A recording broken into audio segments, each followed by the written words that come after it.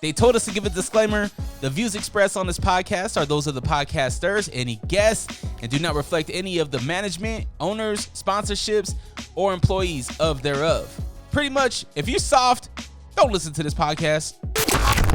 One thing I pride myself on is just being the same and trying to look out for my folks along the way. Like, even with all these, big things happening, like, you still mad humble, and you still, like, you have enough clout now where you could easily be like, I'm not fucking with this, I'm not fucking with that. Oh yeah, motherfuckers, it's on. Unrestricted Podcast listeners, thank you so much for clicking play. Because of you, those numbers are going up, and up. If you want to help support this channel, help support this show, I'm a father of 3, a husband of 1, and your boy is broke. So if you want to help me monetarily, you can go on to allrock.com, ALLRAWK.com. Go buy a hoodie, go buy a sweatshirt, go buy a t-shirt. It's hoodie season here in Salt Lake City. If you don't have the money, I know it's hard out there. You can always share, like, comment. It's free to show love. Now today I got a very special guest across from me. He's late, but... Apologize for that. We'll still do this thing. I got I don't know. Last time I heard you dropped the DJ and it's just Teo now. Are we just Teo or is it DJ Teo? That's DJ Teo. Okay, DJ Teo's in the building. Yes, sir. Make sure you pull that mic up to you. Make sure you're all up on that mic. Yes, sir. We here. You're in town. You let me know that you're back and forth between LA and Salt Lake City. Yeah. But you're originally from the Bay Area. Yeah. What brought you to Utah? I played football at Weber State. So I went to Michigan first. I went to Grand Rapids first. I went to Davenport University. That was a big culture change, big weather change. Wanted to be closer to family, had some connected ties into Weber State, and just wanted to be closer to home. And, yeah, I ended up coming out here in 2017. And, yeah, it's been up since. So, yeah. And what influenced the DJ background? I was always on the aux cord. So I was always on the aux cord, kind of turning up the parties like that. And being in the Bay Area, it's a valued profession, being a DJ. And it was something that was always at our baptisms, parties, birthday parties, quinceañeras, cotillions, stuff like that. And it's a viable income out there. And it was always just like rooted in me. And yeah, my dad was a DJ as well. And he was in a DJ crew. He didn't go as far with it, but he had a lot of DJ friends, and so did my mom. And yeah, we just always had a DJ at our events. So. I mean, the Bay Area is such a rich musical city. Mm-hmm. Yeah, a lot of culture out there. Yeah, and I say this too is like if you grow up in Northern California in the Bay Area, you kind of have a good musical background you grow up on, just because from your grandparents, your family, your parents as well. For me, that's how it was. And like when I play out there, when I was growing up, a lot of people had. I say they were musically inclined. And yeah, it's just good to see. And it's good to see like how far, like how much variety I could have when I play out there as well. What's your background? So I'm Mexican, Filipino, Salvadorian, Guatemalan, and Native. Oh my gosh. Mm-hmm. What? From mom and dad? Mom and dad, yeah. Wow. Yeah. You have any siblings? Yeah, 2 siblings. Sisters, huh? No, a younger sister and a younger brother, and then I would say an older brother, but he's my cousin, but he grew up with us, so yeah. How was that being the oldest sibling? It was good. It was like kind of like I don't know. It was just good. Like I kind of led the right way. Still try my best too. You know what I mean? They're still growing up. I think for me, I just want to be present as much as I can, even if I'm not present physically. I want to be as much involved in their life as I can, as they like grow up in this era in their stage in their life. And yeah, that's all it is. So I see them quite often as well. You're not a dad, right? No, you got no kids. No, not yet. Knock on wood. Yeah, you got a little lady. Or yeah, I do. Yeah. Okay. Yeah, 3 years in, just hit the 3-year mark. So. Dang. Pretty serious, yeah. Is she in LA or is she? We're moving to LA together, but she's from out here. So. Oh, okay. So you met her out here. Was this a college thing? No, it was more of a thing. One day I went out to get to-go food at a restaurant out here in downtown. I just wanted some calamari right quick, and then she was sitting at the table with her friends, and I'm like, oh, who is that? And then she dubbed me. And then I was like, damn, I got to see her again. Where's she at? Blah, blah, blah. And then right when I'm walking out, I see her again. And then I was like, I got to leave with something. And since then, rest was history. But you left with the number? I left with the Snapchat. Oh, snap. And I think it was a little better with the Snapchat because I got to like show the motion I had and like what I was doing and what I was around. So, and I'm a cook. So, and I'm not a cook, but I cook and I cook, and that was very appealing to her. So, yeah.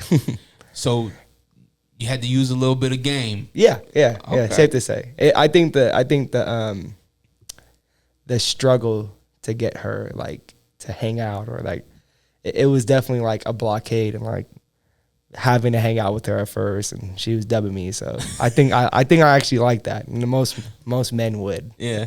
Uh-huh. The chase, man. The chase, exactly. I've been with my girl going on 13 years now. Nice. And I was telling her like I don't know what I would do. I don't know. I don't know how to date. Yeah. You know what I mean? You get so comfortable that it's you don't really know how to get back into it. Yeah, you wouldn't even want to. Nah. Yeah. And I think the good thing is the chase should never stop. You know, I think partners tend to forget that. And even like I tend to forget that as well, but it's just something that you can't get too comfortable. You know, you just got to keep at it and keep spicing things up, you should say. And are you a romantic? I can be. Not as much though. What's the Teo love language? Teo love language is peace. Nah. The Teo love language, I don't know. We did like a survey. For me, it's like acts of service, and I'd say words of affirmation to a certain extent. And I don't know, just having someone there just supporting me as much as they can, and she's definitely been a good support system. Yeah, when she finds out that you're a DJ and you're a traveling DJ, like, is that a hard conversation? Is like, how does that go? That was a hard conversation to have. It was cool at first, it's just a cool thing until like you realize that person's gonna be your partner. But yeah, I think it's a transparent conversation to have time and time again. It doesn't get easier, it just over time. I can only imagine what a kid would do. I've gotten a lot of advice from other DJs that are like traveling DJs, tour DJs, and they told me a kid makes it a million times harder, but it makes it much more of a blessing. And I as of now, I just want to take advantage of my youth and not having a kid and to see as much as the world I can with her, as well. Yeah, I definitely take advantage of it. It does become a little bit more tricky, but it also gives you that like, I can go home, right? Like I can go home to my little girl or my little man. You know what I mean? Exactly. Yeah. It's a having a family, and I don't know if you want kids. Is that something that you want in the future? Of course, like a family. Yeah. Yeah, man. There's something special when that happens. That moment happens. Yeah. There's a love that you can't even explain it, bro. Because you don't love them like you love your girl, and vice versa. You know what I mean?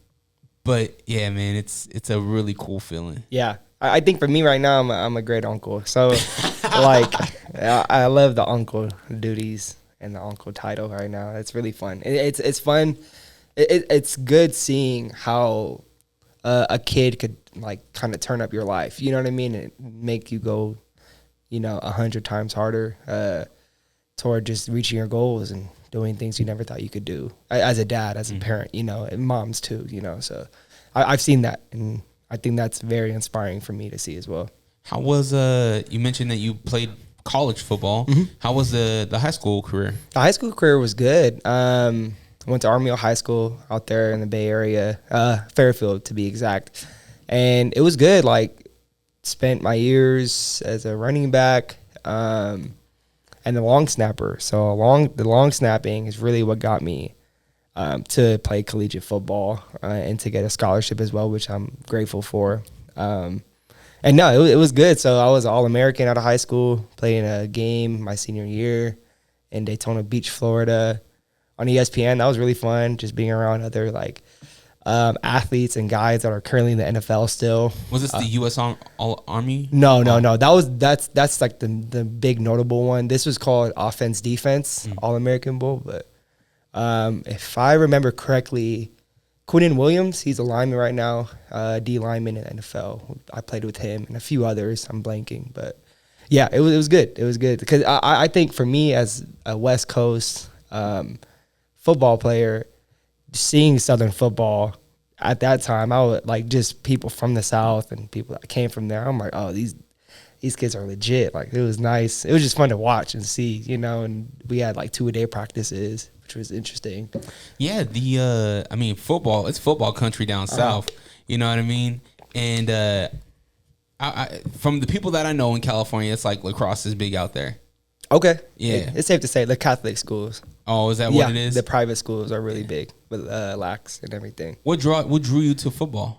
It was just something my dad was my coach growing up my whole entire life. And it was something that found me when I was 7. Just like rode that out the rest of my life. We had a really good Pop Warner team growing up, the Fairfield Falcons. And we got to like do a lot of dope stuff, travel a lot of different places, you know, win some championships and everything. That was cool. On top of that, I played every other sport as well. And basketball was fun until everyone got taller. So I stopped playing that during high school. But I still play, you know, cardio purposes now and some men's leagues and stuff. Just, you know. Are you a hooper? I'd say I'm a hooper. I pick my battles good too. You know what I mean? I definitely can get active on the court. My shot's solid. It's reliable. And I just know my role. I'm a role player, you know. And then baseball, I thought I was going to go to college for baseball. I was supposed to play baseball my first year of college. Pretty much tried out and made it, and it was really cool. But I was transferring, so like that kind of intertwined with everything. And I already knew I was pretty much done at that school. So it was no point for me to stay and play baseball. But yeah, I wish Weber State had a baseball team. I would have probably most likely walked on and tried to see where that would have went, because California baseball is really good. That's what I noticed. And I grew up with a lot of like dogs, a lot of dudes that are currently in the minors and majors right now. And yeah, it's a thing where I've seen a lot of good baseball growing up as well too. So seen a lot of top tier recruits, and yeah, it's good to see people still playing, living their dream. Are you a Giants fan? I'm a Giants fan, yeah. I'm a diehard. Put the Orioles hat for the fit. I know. I just got this in Vegas last night too. It matched, and that's good. You watched that game last night? It did. I watched it while I was at the UNLV game, so I had it on my phone. Jeez, Yeah. I'm going for the Yankees. Yeah, okay. I want the Yankees to win, but yeah. It's not looking good. It's tough losses like that. I think for me, it's one of the things where, you know, Freddie Freeman popped out, then it was a win. But if, you know, you can't throw him a meatball right down the middle. Mm-hmm. You know, he sent that shit, and that was my bad if I cuss. No, you but, good. Yeah, you can curse. Yeah, cool. And then like that's a good team. But what I like about the World Series right now is like, it's like the NBA version of the Knicks playing the Lakers, right? Mm-hmm. And it's money versus money. So it's like, it's what everyone wanted to see. Ohtani's already a legend, you know, and the Yankees are solidified. So it's going to be, I wanted to go 7, in my opinion. I just want to see good baseball. Me too. If we I got chills just thinking about it, bro. If we get another game tonight like we did last night, sign me up. Yeah. You know, I just want them to go back and forth. Yeah. I could see that. I could definitely see that happening. They're gonna be juiced to like play this game, you know what I mean? And like this series, it's a long series in my opinion. So I think it's gonna be good. Ohtani better hitter than Barry Bonds? Oh, we don't know yet. We don't know yet. Gotta give him some years, right? Yeah, we gotta give him some years. It's looking like that though. Barry was legit. He saw the ball in a different way though. They built AT&T Park, Oracle Park for him, and I remember going to those games growing up, and that was really fun just to see Barry play, like toward the end of his career, and then see him do the 756, and then see the Giants win all the World Series they did. That was and go to the parades. That was fun. That was really fun. See, I've never been able to experience that. Yeah, the parades are worth it. I mean, I lived in Portland for 10 years, and the most that I got was like a Western Conference final. Yeah, okay. But there was a little guy. 2 little guys called Kobe and Shaq that shut all the shit down. Yeah. It wasn't. They weren't having that. Yeah. Are you a Laker fan or Warriors? I'm a Warriors fan. Okay. Yeah, diehard Warriors fan too. Like always, or like since this Steph? I cried when Monte Ellis got traded as a kid. Like the Warriors were always known for giving away and trading away their best players, and it was just another indication of that. And it was like, damn, what are we doing? And then the Andrew Bogut thing, you know, whoop-de-whoop. And it all panned out perfectly, you know, to like what it is now, what it was. when they went on the championship run and everything. And I was always a Warrior fan, and we had some tough years. And I hated Kobe growing up, and I hated the Lakers because a lot of my cousins were Laker fans, and that was annoying to deal with. And Kobe would just come into Oracle in Oakland all the time and just whoop on us. And it would be like $10 tickets. We would always just go like $40 for like really good seats. You know what I mean? So the Warriors were losing for a long time, but we all stuck it out, and we still are. So hopefully they can have, a playoff run this year. That'll be good. I wish I would have appreciated Kobe while he was alive. Mm-hmm. Yeah. Alive and playing. Let me say that. Same here. I think for me, as I developed into an athlete, I respected Kobe more as I went on in life. And that was good for me to like come to closure with, because he was different. He was just a different breed. As an athlete, I got two questions. Mm-hmm. How important was education to you and your family? And how did you use your discipline with sports in your education and now DJing? Okay, yeah. So I got two good answers for that. I think the first one is wait, ask it again. Yeah. How important was education to you and your family? Uh-huh. And then on the flip side, how did you use your discipline for like what you have with sports? Yeah. How do you use that discipline in DJing? Yeah, I think so. Education was so important for me because I knew as a long snapper, I knew like just to even like make it to the next level after like college, I knew it was almost impossible. You know what I mean? We already knew who would, especially on the teams I played on and who had the chance. But it was important to me. I think for me, I took collegiate, like the curriculum and everything, very seriously. I graduated in marketing, so it kind of went hand in hand with like everything I'm doing now and like pretty much the career. And with like basically education and like just life lessons, playing football and just playing sports, it just taught me good habits. And like if you have good habits, it's gonna take you down the right road to excel and grow. And then like I said, the marketing thing did really help with like just branding, PR, just everything we've learned about like through my courses. I would pick and choose what I would listen to. College is tough. College is one of the things where it could be easier, but they don't make it easy. And tests and everything are really like make or break your grades. And yeah, we got through it, and I think it's safe to say for me that I'm still applying till this day, whether it's DJing or like the other things I'm in. And yeah. Do you wish you were still playing football now? Oh, of course. I think it's like an identity crisis. I think I wish I was playing before I kind of grew up a little bit. So when I was like 22, 23 and everything, and then people were getting COVID years, years attached to it. And I'm like, damn, they're still playing. But yeah, it didn't haunt me though. It didn't haunt me. And now I'm glad of that because I seen it unfold in that way for some people. It's like it really messed some people up till this day as well too. I saw the interview with Kalen, we knew some people. I knew some people he knew at SDSU as well too, and like it's true. Like at the D1 level, a lot of people think they are gonna do it, know, and it's just tough when they don't get that break or like certain things don't go their way. Did you have any depression once you realized that this career isn't gonna isn't gonna pan out like professionally? I definitely did.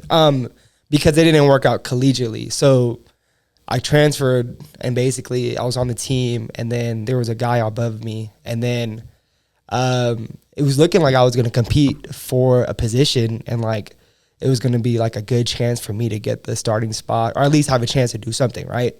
And I tore my rotator cuff in a workout. And that really messed me up. And, it was something I was just back home doing our workouts they gave us in the summer and everything. And just getting through it, it's just like an hour workout.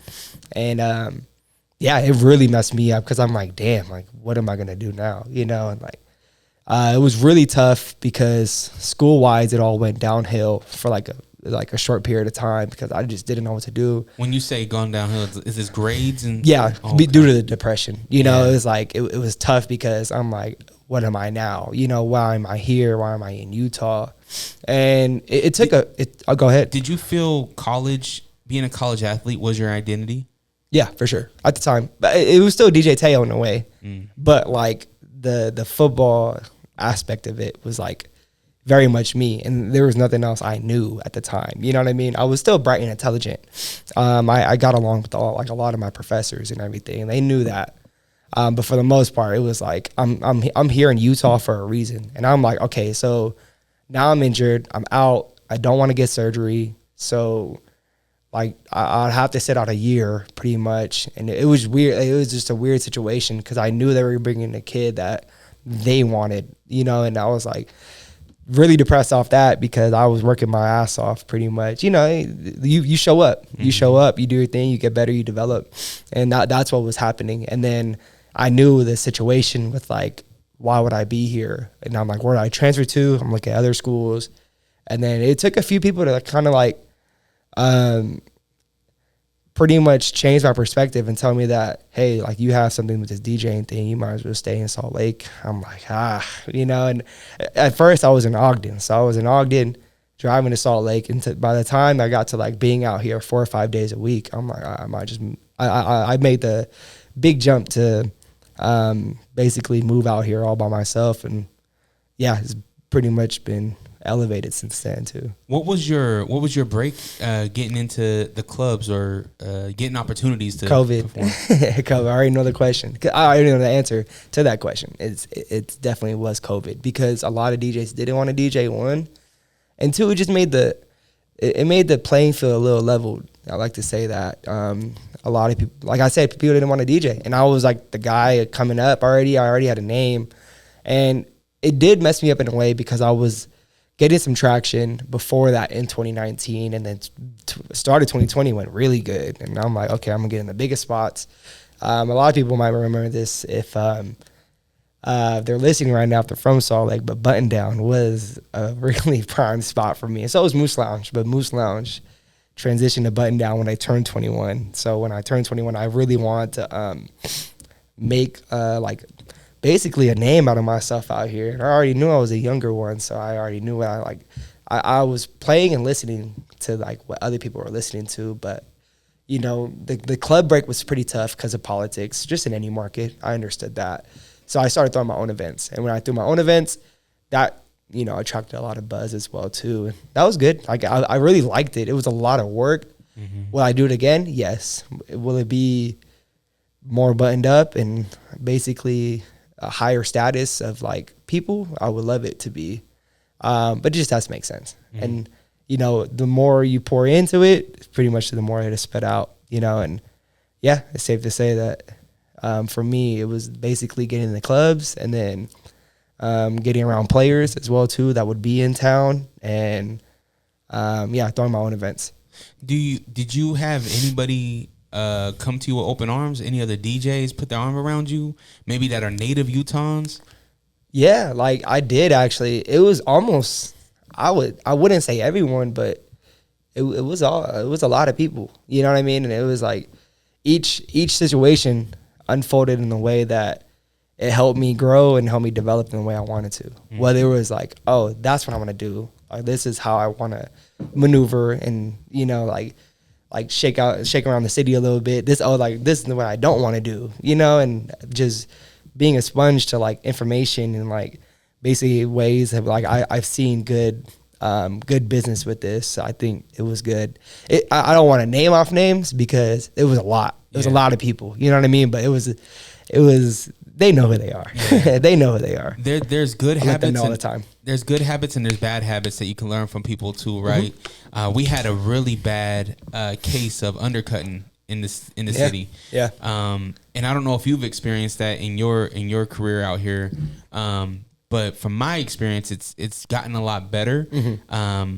That also I think is partly to do with more opportunities too. Yeah. Because 10, 15 years ago, there wasn't a lot of places that we could DJ. I heard, yeah. There wasn't a lot of places that would even accept hip hop. Gotcha, yeah. So to see guys like you have the opportunity to go over here, throw your own thing over here, it's like, man, that's really cool. Yeah, yeah. And I just hearing from what has came before me, I think it was like more of like the perfect alignment for me to like come up at the time I came up, you know, because it was really, I wouldn't say no one doing what I was doing, but it was it was an open, it was an open playing field in my opinion. And it was good to just experience that and just to have fun. I think I was just having so much fun at the time, and when it becomes a business, when it becomes work, it shapeshifts a lot, but for the most part, I was just having fun. I was supporting. I was just going out, just living in my early 20s up. Yeah. It was good. It was good. With all my other friends that were out here that I went to school with.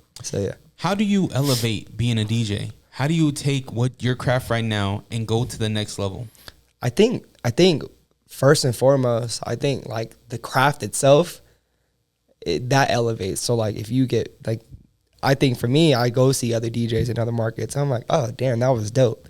You know what I mean? Or like, YouTube University, just DJ courses, just everything. I think the craft is what I had to realize was the most important thing, because technically I'm like, I wouldn't say I'm the best DJ. I would love to like perfect the craft as much as I can and respect what's came before me, like with the scratching and, turntablism and all that. So I want to learn on everything. So with me now, I could play on any DJ controller, DJ mixer, any turntables, which is something I'm really proud of. And I think that just the branding and the overall awareness of DJ Teo, right?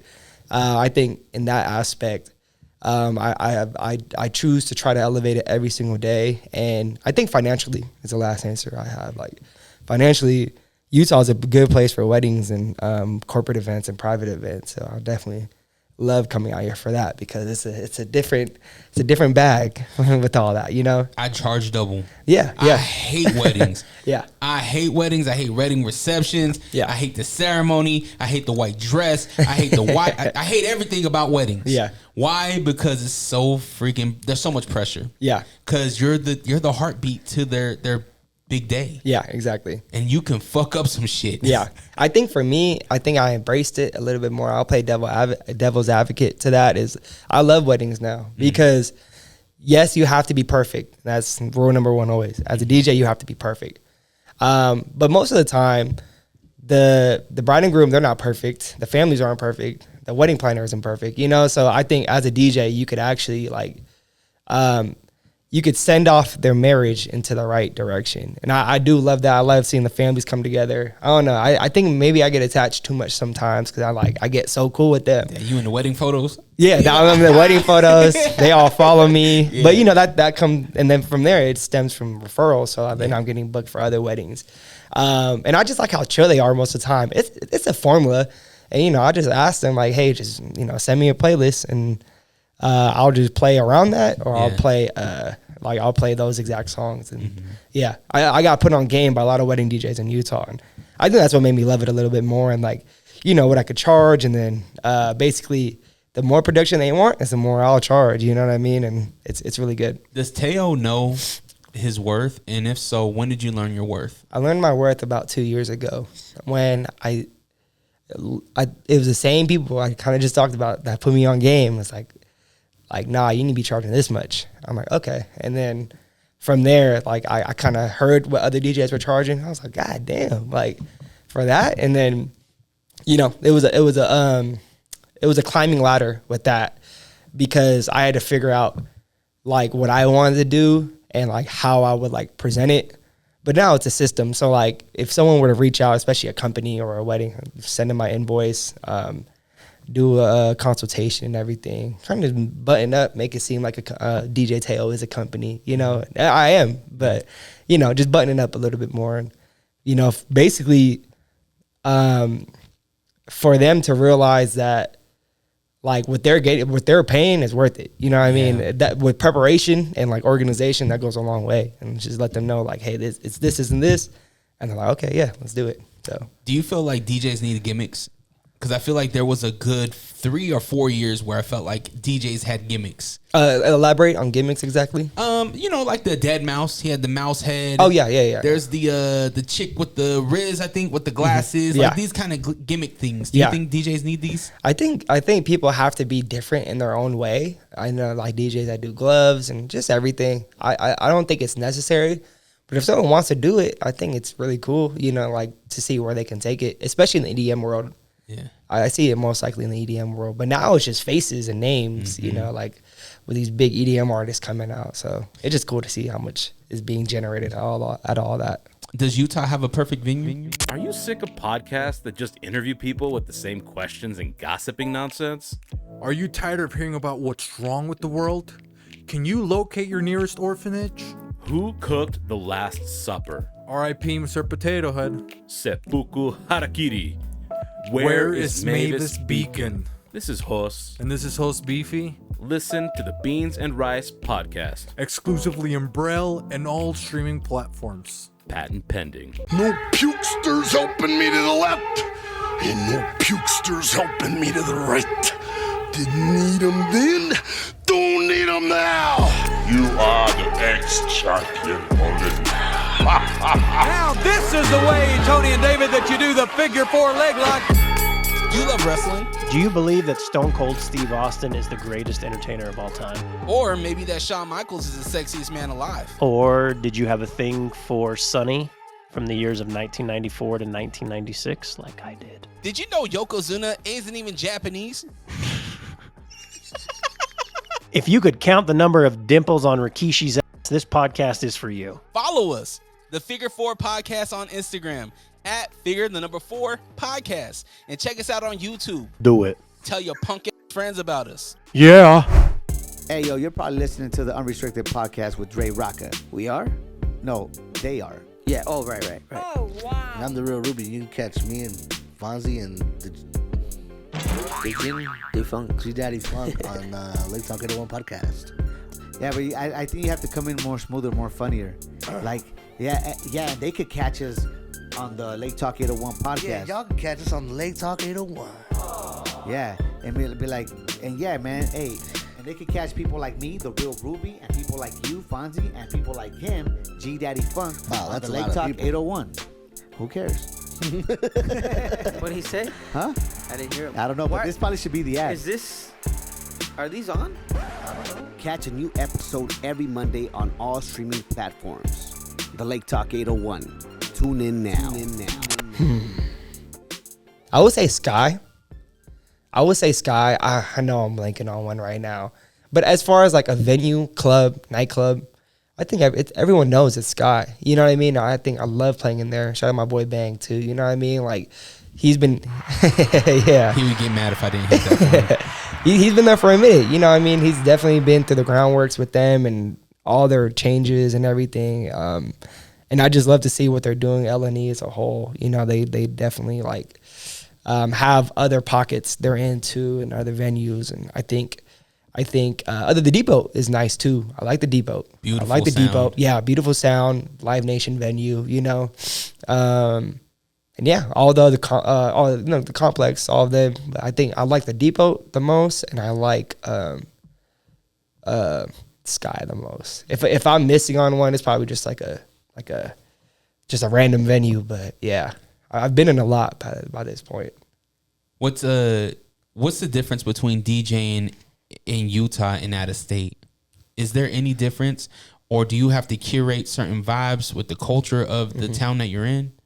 I think it's just the venue you're in, right? So there's not really a difference because it was also an identity crisis for me to basically go to other places and be like, oh, okay, like what I'm playing out here is already dope. So basically, I pretty much play the same shit. You know what I mean? For the most part, if I could go more trap, more hip hop in another place, I'll definitely do it. But it hits a little different when you're playing the same music everyone else grew up around, right? Whether it is LA, whether it is Florida, Texas, Atlanta, the Bay, you know, it hits a little different when you get to play those basically local hits. Yeah. Are you wanting to expand your brand outside the United States? Yeah, I kind of already did. I went to Europe this past in August, so like 2-3 months ago from this date, and basically I brought my USB stick, I brought my laptop, and people were just saying, "Oh, you're a DJ from California? Like, come on, hop on." And got to do that 2 or 3 times, and I was really good. Went to like 9 different countries, but Europe's pretty small, so like, you know, you could just hop around and kind of just vibe out. And yeah, I know next time I go, stamped. You know what I mean? I do want to do Europe annually. I do want to like, and going to Europe, it made me want to travel around more and just, I don't know. I've been watching a lot of YouTube, like DJ mixes, like live DJ mixes. I've been like dropping some myself. So yeah, make sure y'all go watch that as well too. I've been on that. How do you do that? Because during the pandemic, I feel like a lot of DJs went live.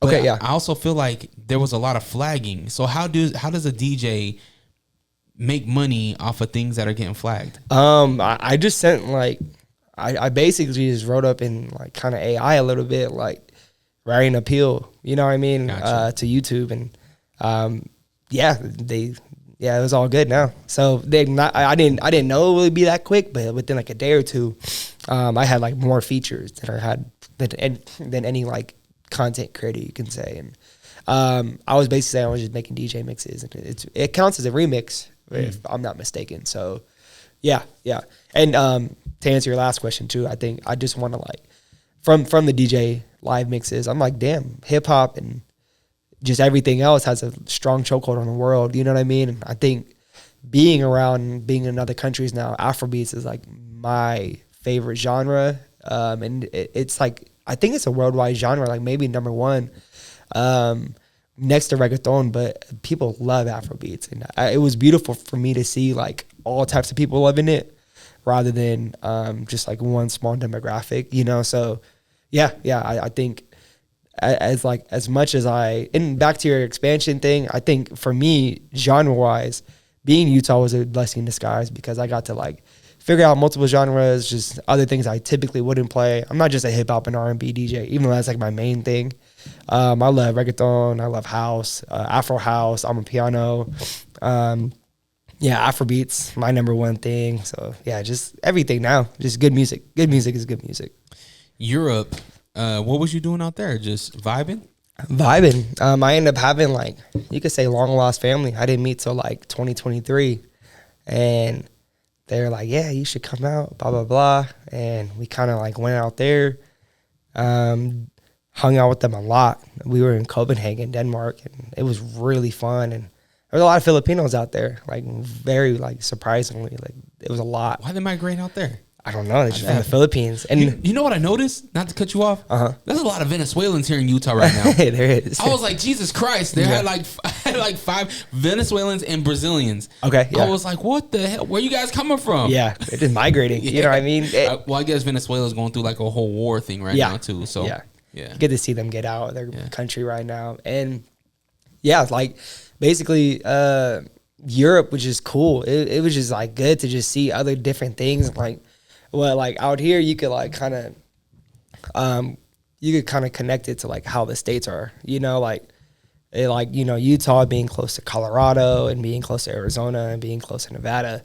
If you were to go that far in Europe, you'd be in like 1 or 2 different countries by then, and it'd be a whole different like just way of life, you know. That's insane. It is, and it was really just inspiring to see that. I'm just walking through, just like staring at buildings, and me and my girl and my family, we're just doing tourist stuff, you know, just embracing it and everything. And it was really fun. I know I want to go annually though, like for sure. Like that's something that's going to be regular. Have you been to the Philippines? When I was little. I got to go next year though, October 2025.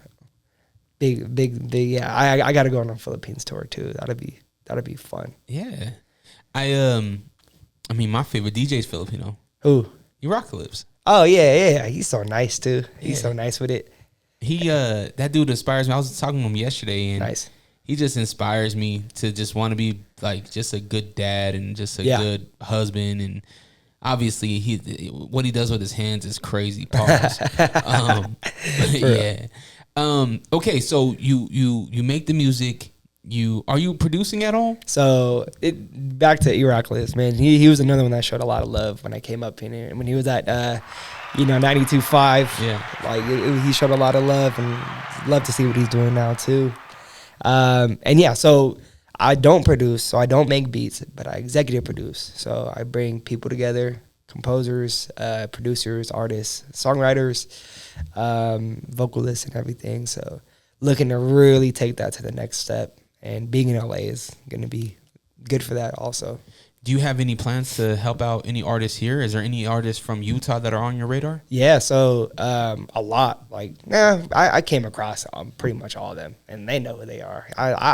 I've shown nothing but support, and I've done a lot of local shows. I've done a lot of opening shows. I've done a lot of shows with local talent on it, So basically, I'm going to be dropping albums. I'm looking to do 2 a year. The first one's going to drop pretty soon. I would say 1 or 2 weeks from now. It's already good to go. A lot of Utah-based artists on it, and from there, it's going to be more and more. I'm looking to do 2 a year, and I'm looking to pitch it to film. I'm looking to have creative release strategies that don't break the bank. So just to naturally do it and kind of to I guess you could say brighten the spotlight for some people. Mm-hmm. And I'm not saying I have the biggest following. I'm just saying it would just be cool to put it in on another outlet and kind of just to see where it goes from there. Because if it hits, it hits. Yeah, you never really know. You have no idea. You have no idea. We were just having a conversation with some young creatives that just started their journey, and nice. He was asking about how often he should release. And to me, I'm like, yo, put that shit out. Yeah. Create that shit and release that shit. Yeah. Exactly. I'm an advocate for that because you really never know. It most likely is the one that you won't think hits. And I think over time you just realize you'll get better and you'll develop and you'll have different questions and everything. Yeah, I'm an advocate for just releasing. Yeah. Did you? Is this the album? Is this going to be a series, or is this kind of one done, move on to the next one, or is it going to be like a volume 1, 2, 3, and so on and so forth? I think it's going to be one and done and move on to the next one. Maybe we make it volumes out of it. That would be really cool. But the first one's going to be called Finally Here. It's going to have about 14 tracks on it from hip hop, R&B, Afrobeats, reggaeton, house, Latin house, actually, Latin R&B. So kind of everything. Yeah. I'm really excited for it. Why do a longer project in such a microwave content era? What do you mean by microwave content exactly? So songs are usually about maybe 2 minutes. Okay, right? Yeah. And maybe you'll get 7 songs on a project, right? But with you having 14 songs, it feels like a larger project. Yeah. Why go the larger project route?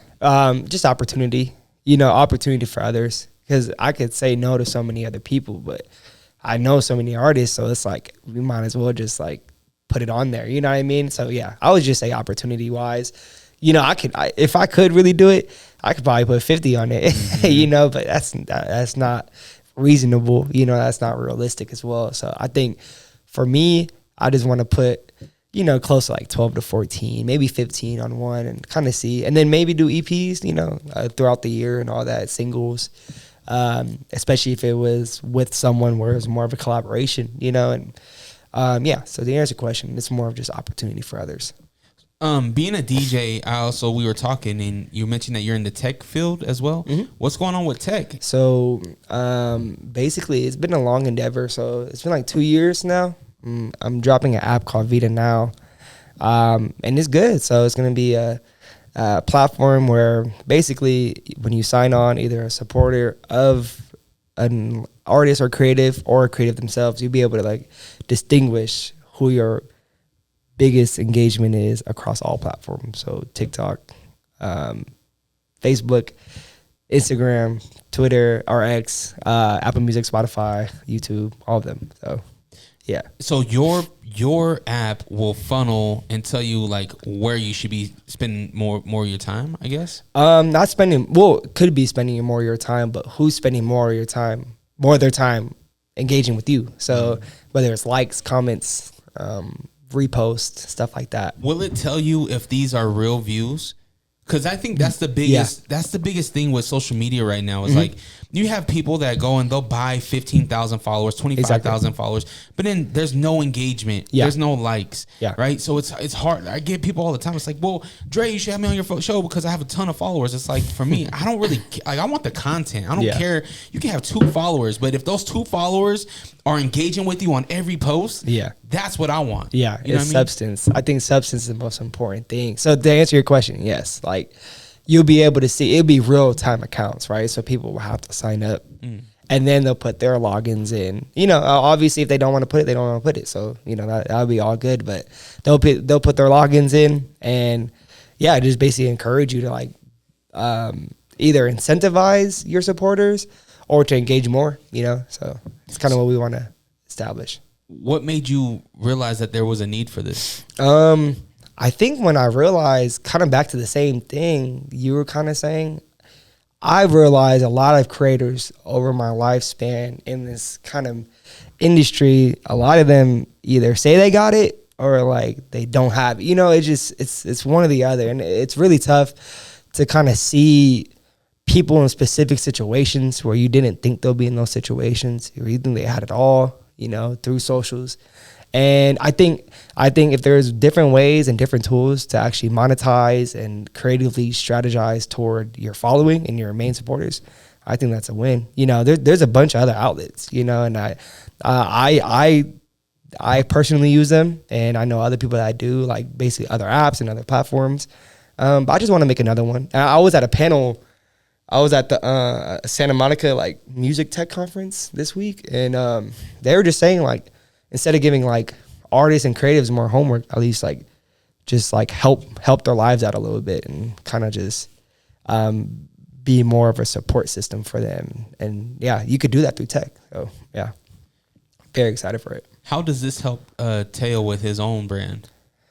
I think it helps me with my own brand because it doesn't show that I'm just a DJ, right? This is something I always wanted to be in tech. I saw the Silicon Valley boom, came out here, you know, Lehigh and Utah County having like a big boom, and they still currently are. And there's a lot of companies that we were just talking about. They're being HQ'd out here, like they're setting up shop and everything. And you know, I've basically DJ'd a lot of tech companies and a lot of tech parties over time, and just came across a lot of people. So for me to be like, I guess you could say revolutionary in that field, it'll feel really good. You know what I mean? It's just another endeavor. It's just another project, you know, like you never know if it does hit or it does, you know, it doesn't. But I just think I just want to provide another avenue for artists and all creators of all type. And it'll be available for like creators of all type, which is like really beneficial for me to know, because I think it'll benefit people. And yeah. When do we have the launch? The launch is going to be within the next month or two, but we're on beta, so I could get you on like the beta. So you can just see it, and I can show you after too. And I know I just did the podcast with some other people too off the menu, and got to get them on too. But yeah, just when we want to support, we want to basically get like the right people on it in the beginning and before we basically charge subscription based purposes and everything. How has the app changed over the last 2 years? Was it the original idea, or has it been modified? It's definitely been modified. So before it was like more like a Patreon thing, and then it was a big pivot when like one of my founders, and this all for educational purposes, not to blast anything, but you know, things don't happen in the way you want it to happen most of the time. I think this life is just built around alignment. So I had some other founders in the beginning stages of it, and then that fell out. And then someone we were also close with, we had a conversation, became a founder with him, and it was aligned. It was pretty much adjacent to what was happening before. It was just, in my opinion, like better, and it made a little bit more sense. And I know, like as we go into like this world of tech and like music tech and creator tech, we'll be able to like go to these other festivals and conferences and kind of just like hit the ground running, you know, and it's going to happen soon. And the cool thing is we're going to be, you know, kind of like a Utah founded thing. You know, we all met each other in Utah, and we're all scattered across now, but yeah, I'm excited. And those are my guys too, my founders, you know, couldn't really like be here without them. And yeah. Does Teo, obviously you talk about having partners, but does DJ Teo have a team? No, not yet. I have a manager. I have a representation. And that's just basically a music lawyer I know. And, you know, that helps a lot. Yeah. But as far as everything, I'm strictly independent right now. Everything I do is just off the drive and, you know, Is that by choice? Or would you want to have to bring on some people to the team to make it a little bit easier for you? I would love to like basically have people attached to me and my brand. It just hasn't basically like aligned it that way yet. And I think I know when it will. You know what I mean? When you keep climbing the ladder, I think it will. And it has been people that have approached me, but it just doesn't make sense yet as of now. As of October 2024, but anything could change, you know? Yeah. What's the biggest challenge for you professionally right now? Organization and task, like just getting all my tasks done. Because I kind of listed off a lot I do. And yeah, I think for me, I became better at being more organized and being more structured with like my daily life and like what I do. But I think it's just organizing everything, whether it is music, whether it is tech, whether it is film, or it is, you know, personal life, relationship life, fitness, you know, kind of just taking it day by day, you know, and that it is a struggle. It's an everyday struggle, but I feel like at some point it's going to all make sense. Yeah. I'm hopeful. I'm hopeful for that. You know, I know God blesses us in a lot of different ways, and he has already, you know, so yeah. Absolutely. Mm-hmm. I think when you have so many things going on, I think it's beautiful. I think having a lot of things that you're working on, I feel like it just drives you to be better at each thing too, right? Exactly. Especially if you're doing it yourself, Mm-hmm. you know? So I definitely, I could relate to that. Yeah. Yeah, no, you literally can't relate to that, you know? So yeah, and you just being in here, man, it's a beautiful spot, beautiful location in Utah, you know, so I love it. And yeah, I don't know, like I think for me, I have done too much in the past, and I have got to a spot where I've spread myself too thin.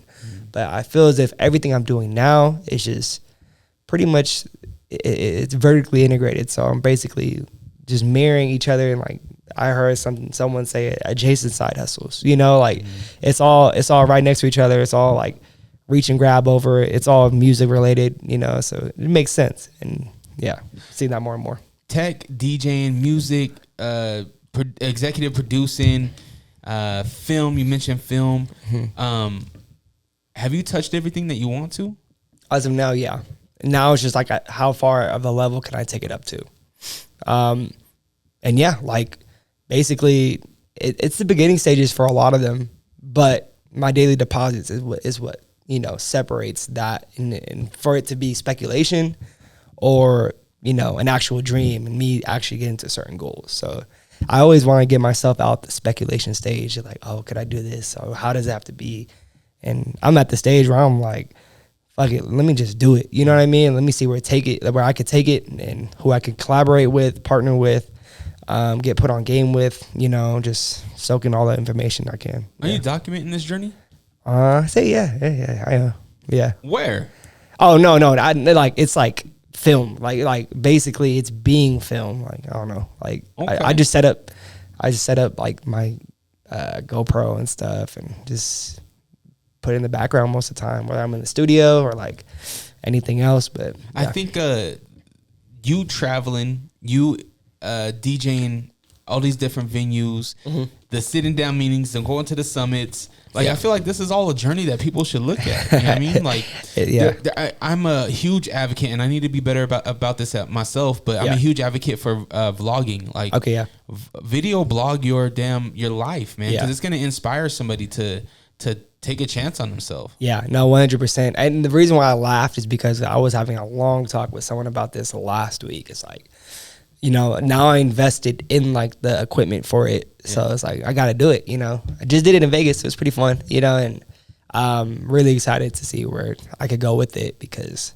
I don't know, like there's a lot of like very convenient equipment now. You know what I mean? Where you just stuff it in your pocket or like, you know, I have like two now. I have two different, like I have a DJI pocket and I have a GoPro as well. So, you know, on top of the live sets and me documenting the DJ side of it, I gotta like do the backhand, and I don't know. I'm like you said, I'm a big advocate for inspiring others. So if I could do something and then inspire someone else to do it or even do it better, man, I love it. I love that. Yeah. Man, Teo, I'm excited to hear the project. What was the project called again? Finally Here. Finally Here. Do you have art for it? I do. I can show you it after. Okay. Yeah.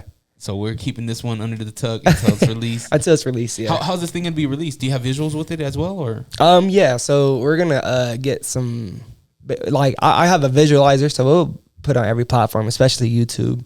And then do some music videos. See whoever I could work with, make that happen across all markets. I'll probably have to travel for it too, for the other artists as well.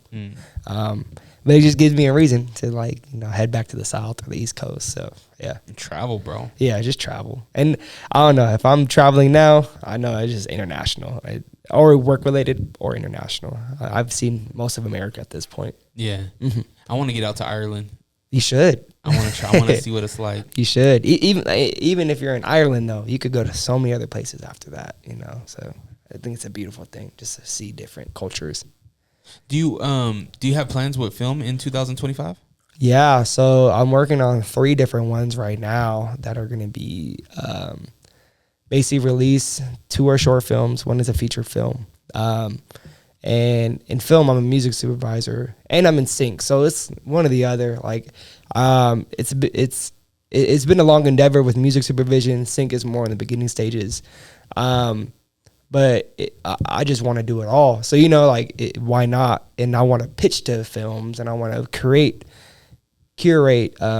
playlists and projects for films musically. And I see Metro Boomin doing that really good right now, Dreamville and all that. So, yeah, it's just a lot of inspirations for that to come. And, so got some good music supervision projects on the way in 2025. Excited. How do you get placement in television and film? So it works in different ways. So basically, you know a sync agent, or the music supervisor directly, depending on how big the film is.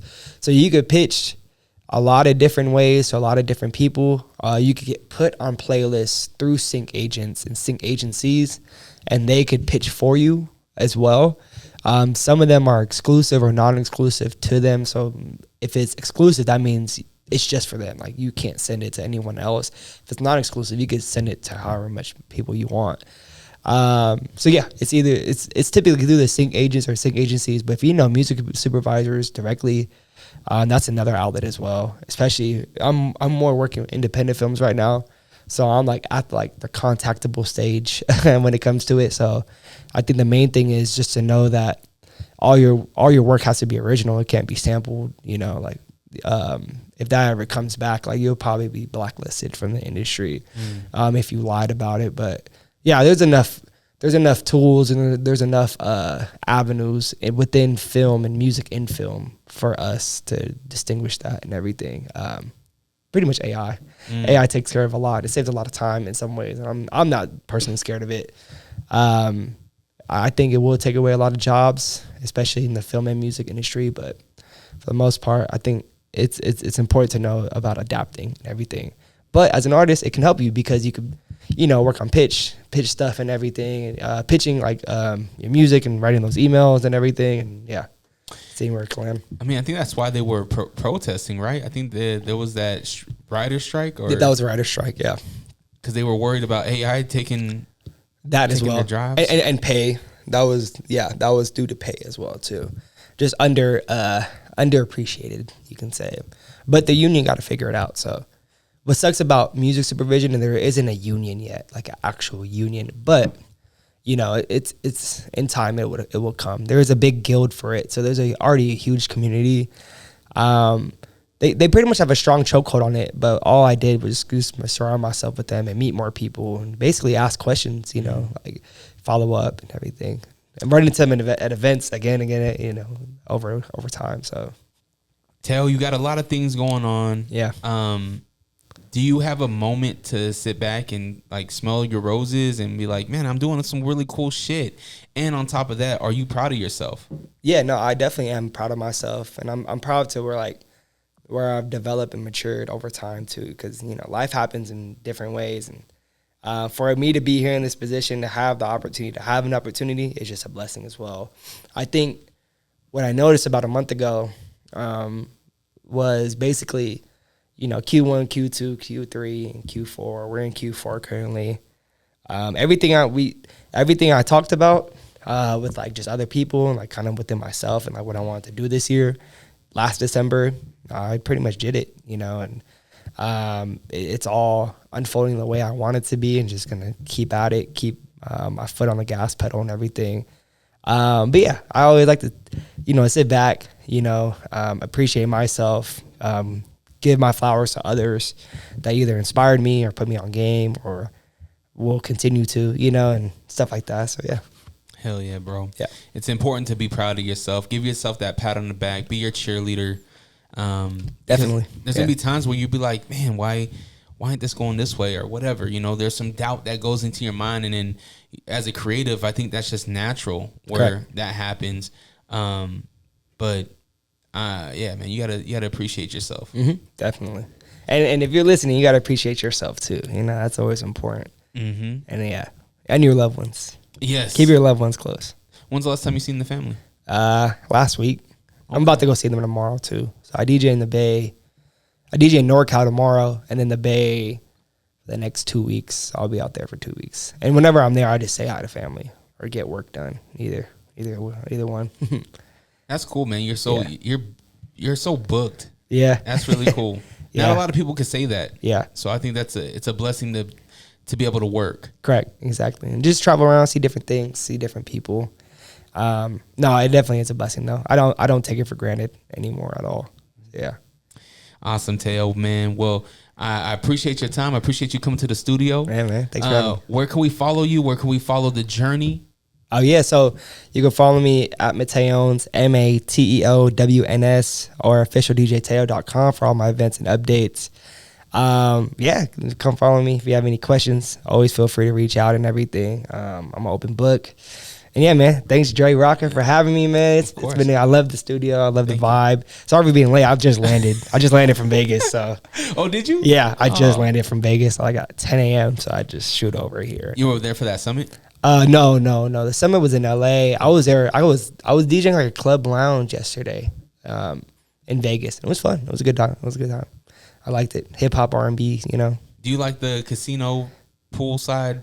Do you do those? The poolside stuff. Like the towels and things like that. I want to. It'll happen. Yeah. And being independent, it'll take some time. I think this world built around just who you know, and just having a good network where you just call or like text anyone to be like, hey, let's do this. That's what I strive for. You do a lot of gigs and you do a lot of different gigs. Do you still get excited? Oh, every time. And I still get nervous. So if it's something new, I still get nervous. I still get excited.